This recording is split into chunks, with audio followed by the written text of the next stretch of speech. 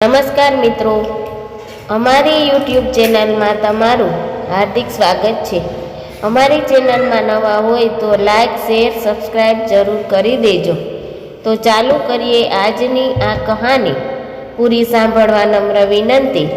મારે જન્મકુંડળી જોઈને જીવનસંગીની પસંદ નથી કરવી, પણ એના પિતાની ધનની છલકાતી તિજોરી જોઈને લગ્ન કરવું છે। વર્ચસ્વનું દાંપત્ય દર્શન ઉમંગરાય સદાય ખુશ રહેનાર માણસ, એમના બંગલાનું નામ પણ પ્રસન્નતા, એમને આંગણે આવનારને ઉમકડા ભર્યો આવકાર પ્રાપ્ત થાય। એમના ચહેરા પર અંતઃકરણની શુદ્ધિની આભા, લોકો એમને શ્વેત વસ્ત્રધારી સંત કહેતા। પ્રથમ વખત માતા બનનાર યુવતી સંતાનોનું નામકરણ વિધિ પણ કોઈ પણ પ્રકારના સમારંભ વગર ઉમંગરાયના નિવાસ સ્થાને જ ઉજવતી। ઉમંગરાયના પત્ની અરુંધતી અખંડ સૌભાગ્યના આદર્શ રૂપ ગણાતા। ગરીબ કન્યાઓના લગ્ન માટે એમણે તેમની જરૂરિયાત મુજબ પોતાના સર્વ આભૂષણો દાનમાં આપી દીધા હતા। સર્વસ્વની ઉંમર 25 વર્ષ અને વર્ચસ્વની વય 22 વર્ષ। બંનેના માતા પિતા જ્ઞાન ઉદાર અને ધર્મનિષ્ઠ, પણ એમના સંસ્કારો સર્વસ્વએ મન મૂકીને ઝીલ્યા, અને વર્ચસ્વ તેમની ઉદારતા, ત્યાગ અને દાનશીલતાનો વિરોધ કરતો, એ દલિત કરતો। સમુદ્ર મંથનમાંથી અમૃત અને વિષ અને બંને નીકળ્યા, પણ અમૃત લેવા પડાપડી થઈ। શંકરના ભાગે તો વિષ જ આવ્યું। મારે મહાદાની બની વિષ નથી પીવું। સર્વસ્વ ભલે તમારે પગલે ચાલી અમૃત તત્વનો હક જતો કરે। ઉમંગરાયની પેઢીનું નામ પણ પરબ હતું। એમણે પોતાની પેઢીના કાર્યાલયમાં મોટા પદવીધારીઓને નીમવાને બદલે ગરીબ પરિવારના યુવકો અને યુવતીઓને નિમણૂક કરી હતી।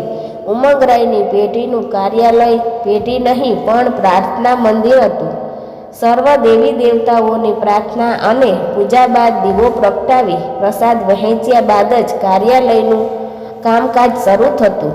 પુત્ર વર્ચસ્વને એ પ્રાર્થના પૂજા વિધિમાં જોડાવવાનું પિતા ઉમંગરાય કહેતા, પણ વર્ચસ્વ કહેતો, મારો આરાધ્ય રૂપિયો છે, પૂજા પ્રાર્થના નહીં, રૂપિયો રડવો પડે છે। માણસનું સરનામું શોધતો શોધતો સામેથી આવતો નથી। સાહસ મારો દેવ છે અને પરાક્રમ મારો કુબેર છે। દેવોને પણ રીઝવવા પડે, એમાં એમનું દેવત્વ ક્યાં રહ્યું? ખુશામતથી ખુશ થાય એ માણસનું લક્ષણ છે, દેવી દેવતાનું નહીં। મને પરાણે ક્રિયાકાંડ કર્મ ધર્મમાં જોડાવવાની કોશિશ ન કરશો। અરુંધતીએ વિચાર્યું કે સર્વસ્વ અને વર્ચસ્વના સ્વભાવમાં જમીન આસમાનનું અંતર છે। લગ્ન કરવાથી વર્ચસ્વના સ્વભાવમાં પરિવર્તન આવશે, એટલે સર્વસ્વ અને વર્ચસ્વનું લગ્ન એક સાથે જ ગોઠવી દઈએ। અત્યંત સાદગીથી સર્વસ્વએ માતા પિતાની ઈચ્છા માથે ચઢાવી, પણ વર્ચસ્વએ ચોખ્ખીને ચટ વાત કરતા કહ્યું, મારે આશ્રમ કન્યા જેવી કોઈ ગરીબની પુત્રી સાથે લગ્ન નથી કરવું। મારે એવા ધનાઢ્ય પરિવારની પુત્રી સાથે લગ્ન કરવું છે જે મને સુખી કરે।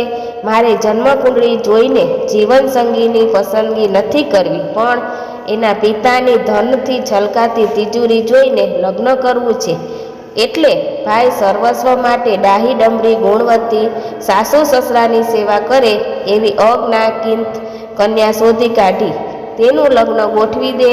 લગ્ન એ મારો વ્યક્તિગત અંગત પ્રશ્ન છે, એમાં હું વડીલોની દખલ ઈચ્છતો નથી। ઉમંગરાય અને અરુંધતી વર્ચસ્વ ભાવના શૂન્ય વાતોથી પરિવારમાં દુઃખ થયું, પણ તેઓ નરસિંહ મહેતાની ફિસુલ્ફીને વરેલા હતા। જેના ભાગ્યમાં જે સમયે જે લખ્યું તેને તે સમયે જ પહોંચે, એટલે વર્ચસ્વની પોતાની રીતે જીવવાનો અધિકાર એમણે સ્વીકારી લીધો। સર્વસ્વએ સામેથી જ પોતાના લગ્નનો પ્રશ્ન છોડ્યો। એણે કહ્યું, મમ્મી, તમે ઘરમાં ક્યારેય પોતાના સુખને મહત્વ નથી આપ્યું। અમારા પુણ્ય પ્રતાપે એમને સુખી કરવા જ ઈશ્વરે આપને આ ધરતી પર મોકલ્યા છે। એટલે હું લગ્ન કરી આપને ગૃહની જવાબદારીમાંથી મુક્ત રાખવા ઈચ્છું છું. મારા લગ્ન ગોઠવવાની તમને છૂટ. મારે અપ્સરા જેવી સૌંદર્યવતી ધર્મપત્ની નથી જોઈતી. ઘર રખવું સંસ્કાર સંપન્ન પત્ની જોઈએ છે. લગ્ન કરવા માટે જે આ જીવન બળતા રહેવા માટે નહીં, વડીલોને ઠારે એવી જીવનસંગીની વ્યક્તિને પોતાના પૂર્વ સંચિત કર્મોથી જ મળે છે. બેટા, તે તો અમને સદાય ઠાર્યા જ છે. મને ખાતરી છે કે તારી ભાવિ પત્ની પણ અમને ઠારશે. મારા ધ્યાનમાં તારા પપ્પાના મિત્ર સુમંતરાયની પુત્રી સર્વદા છે. એના સ્વભાવની નમ્રતા, આતિથ્યની ભાવના અને વિનયશીલતા મેં નજર નિહાળી છે. સુમંતરાયને તારા પપ્પા માટે અનહદ માન અને પ્રેમ છે. તારા પપ્પા જેવો જ એમનો સ્વભાવ ઉદાર અને પરગજ્જુ છે.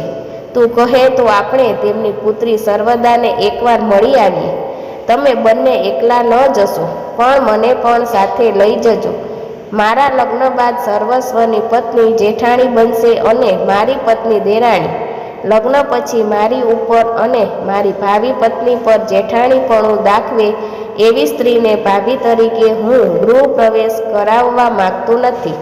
પિતાની ઘરે પુત્રી વાત્સલ્યથી અભિભૂત હોય છે અને સાસરે આવ્યા બાદ પોતાની અધિકાર ભૂખ વ્યક્ત કરવા સ્વભાવમાં કરમૂળથી પરિવર્તન કરી નાખે છે. હિન્દી ધારાવાહિકો જેવી સ્થિતિ આપણે આપણા ઘરમાં પેદા નથી કરવી. હું જાતના સાહસો કરી રૂપિયો કમાવ છે, એટલે મારી પત્નીનું જ ઘરમાં પ્રભુત્વ રહેશે. વર્ચસ્વ કહ્યું હતું, ભલે તારી સાથે આવવું હોય તો આવ, પણ સર્વસ્વની જીવનસંગીની પસંદ કરવાનો અધિકાર તેનો જ રહેશે. એમણે પ્રેમપૂર્વક એ અધિકારી અમને આપ્યો છે, પણ અમે અમારા સંતાનોને સ્વતંત્ર રીતે જીવવાનો અધિકાર સ્વેચ્છાએ આપીએ છીએ. અમારે મન પુત્રવધુ કોઈ અયાતી શ્વાસ લેતું પૂતળું નથી, પણ માનવંતી નારી છે. અમારી વેવાઈ પાસે એક રૂપિયો પણ સ્વીકારવાની ઈચ્છા નથી. એમણે કરેલા કન્યાદાનનું મહત્વ કરોડો અબજો રૂપિયાથી પણ મહામૂલ્યનું છે. અરુંધતીએ વર્ચસ્વને પોતાનો વડીલ ધર્મ અને દાંપત્ય ભાવના સ્પષ્ટપણે સમજાવી દીધી. સર્વસ્વનું લગ્ન ગોઠવાય એ પહેલાં જ વર્ચસ્વએ એક તવંગર બિઝનેસમેન ધન્વંતરાયની પુત્ર સાથે પોતાનું લગ્ન ગોઠવી દીધું અને માતા પિતાને જણાવ્યા વગર ધન્વંતરાયને કહ્યું, આપની પુત્રીનો હું એ શરતે સ્વીકાર કરું છું કે એના લગ્ન નિમિત્તે આપ જે ખર્ચ કરવા માગો છો તેટલી રકમ મને આગોતરી આપી દો, જેથી હું પણ સાહસથી રૂપિયા કમાઈને આપની જેમ ધનવંત બની શકું. મારા પિતાના ખોબા જેવી હવેલીમાં હું આપની પુત્રી સુવિધાને રાખવા માંગતો નથી. તેથી વહેલામાં વહેલી તકે ભવ્ય બંગલો બંધાવીશ અને તે વખતે ફરીથી મદદ માટે આપનું બારણું ખખડાવીશ. Good, very good. મને તમારી કુમારી ગમી. લક્ષ્મીદેવીને સાહસિકો જ ગમતા હોય છે. સુવિધા સાથે અઠવાડિયા પછી મુંબઈમાં જ્ઞાતિની એક વાડીમાં તમારા બંનેના લગ્ન ઓછા ખર્ચે ગોઠવી દઈશું. ત્યારબાદ મારા ખર્ચે તમને બંનેને સ્વિટ્ઝરલેન્ડ ફરવા માટે મોકલી દઈશ. ઘરના લોકો તમે બિઝનેસ માટે વિદેશ જઈ રહ્યા છો એવું બહાનું કાઢજો. હા, માતા પિતાના આશીર્વાદથી તમે વંચિત રહેશો. ધન્વંતરાયે વર્ચસ્વનું મન જાણવાની કોશિશ કરી. વડીલોના આશીર્વાદ ફળતા હોય તો પ્રત્યેક યુગલ અખંડ સૌભાગ્યશાળી બનત. હું એવી કોઈ ફોર્મેલિટીમાં માનતો નથી. આપનો વરદ હાથ મારા મસ્તક પર રહે એમાં મારા પિતાના આશીર્વાદ સમાવેલા છે. વર્ચસ્વએ પોતાના શબ્દ ચાતુર્યથી ધન્વંતરાયનું મન જીતી લીધું. લગ્ન વિધિ પણ સંપન્ન થઈ ગઈ. 10 દિવસ પછી વર્ચસ્વ પત્ની સુવિધા સાથે પોતાને ઘેર આવ્યો અને સુવિધાનો પત્ની તરીકે પરિચય આપ્યો. અરુંધતી ગુસ્સે થયા, પણ ઉમંગરાયે વાત વાળી લઈ પોતાના આશીર્વાદ આપ્યા. માતા પિતાની વૃદ્ધાવસ્થાને ધ્યાનમાં લઈ સર્વસ્વએ પણ ધામધૂમથી લગ્નોત્સવ ગોઠવવાને બદલે દેવ મંદિરના હોલમાં લગ્ન ગોઠવી દીધું. સર્વદાને પણ પોતાની પતિની સરળતા અને નિર્દર્ભ તા વિશે માન ઉપજ્યું. વર્ચસ્વની પત્ની સુવિધાએ તેના પર શાસન જમાવવાનું શરૂ કર્યું. સવારે 9 વાગે તે ઉઠતી, સર્વદા પોતાને માટે ચા નાસ્તો તૈયાર રાખે તેવો આદેશ આપતી. ઉમંગરાય અને મોટાભાઈ સર્વસ્વની સરળતા અને ઉદારતાનો લાભ લઈ વર્ચસ્વએ પેઢીના તમામ સ્ટાફને છૂટાવ કરી પોતાના માણસો ગોઠવી દીધા અને સર્વસ્વ તથા પિતા ઉમંગરાયને ઘર ભેગા કરી દીધા. પેઢીને ગીરો મૂકી મોટી રકમની લોન લઈ પોતે ધનાઢ્ય થવાના પ્રયત્નો શરૂ કરી દીધા. ઉમંગરાય અને સર્વસ્વની સઘળી આવક બંધ થતાં પેટ ગુજારવાનો પ્રશ્ન ઉપસ્થિત થયો. વર્ચસ્વએ કહ્યું, સર્વસ્વએ નોકરી કરવી હોય તો આપણી પેઢીમાં તેને નોકરી આપું, પણ એને મારી પત્ની સુવિધાના હાથ નીચે કામ કરવું પડશે. વર્ચસ્વ ઉદ્ધત અને સ્વચ્છંદી વર્તનથી ઉમંગરાયના વેવાય ધનવંતરાય ખૂબ જ દુઃખી થયા. એમણે સર્વસ્વ માટે એક નાનકડી ફેક્ટરી ખરીદી લીધી અને ફેક્ટરીમાં જ નાનકડું દેવ મંદિર સ્થાપી ઉમંગરાયને પ્રાર્થના પૂજાની વ્યવસ્થા કરી આપી. એ વાતની ખબર પડતા વર્ચસ્વ ધુઆફુઆ થતો સર્વની નવી ફેક્ટરીએ પહોંચ્યો. સર્વ કારીગરો નિયમ મુજબ પ્રાર્થના કરી રહ્યા હતા. સસરા ધનવંતરાય પણ હાજર હતા. વર્ચસ્વએ કહ્યું, તમે મારી સાથે દગો કર્યો છે. મારી વિરુદ્ધ મારા પિતાને મદદ કરી મારું અપમાન કરી રહ્યા છો. ધનવંતરાયે કહ્યું, ગેટ આઉટ. આ પવિત્ર સ્થાન છે. માતા પિતાના દ્રોહી પુત્રને અહીં સ્થાન નથી. મને અફસોસ છે કે મેં તમારા જેવા લાલચુ માણસને જમાઈ બનાવ્યું. આપણા સંબંધો અહીં પૂરા થાય છે. ફરી મને મળવાનો પ્રયત્ન ન કરતા. અને ધનવંતરાય મંદિરમાં થતી આરતીમાં જોડાઈ ગયા.